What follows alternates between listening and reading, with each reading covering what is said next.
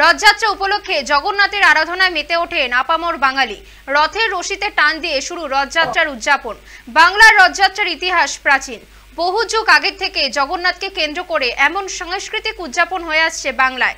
শ্রী চৈতন্যের সময় থেকে বাঙালির সঙ্গে রথের যোগাযোগ আরও গাঢ় হয়েছে। রথযাত্রা উপলক্ষে বিপুল জনসমাগম হয়েছে শ্রীক্ষেত্র পুরীতে। 53 বছর পর পুরীতে রথযাত্রা অনুষ্ঠান পালিত হচ্ছে দুদিন ধরে।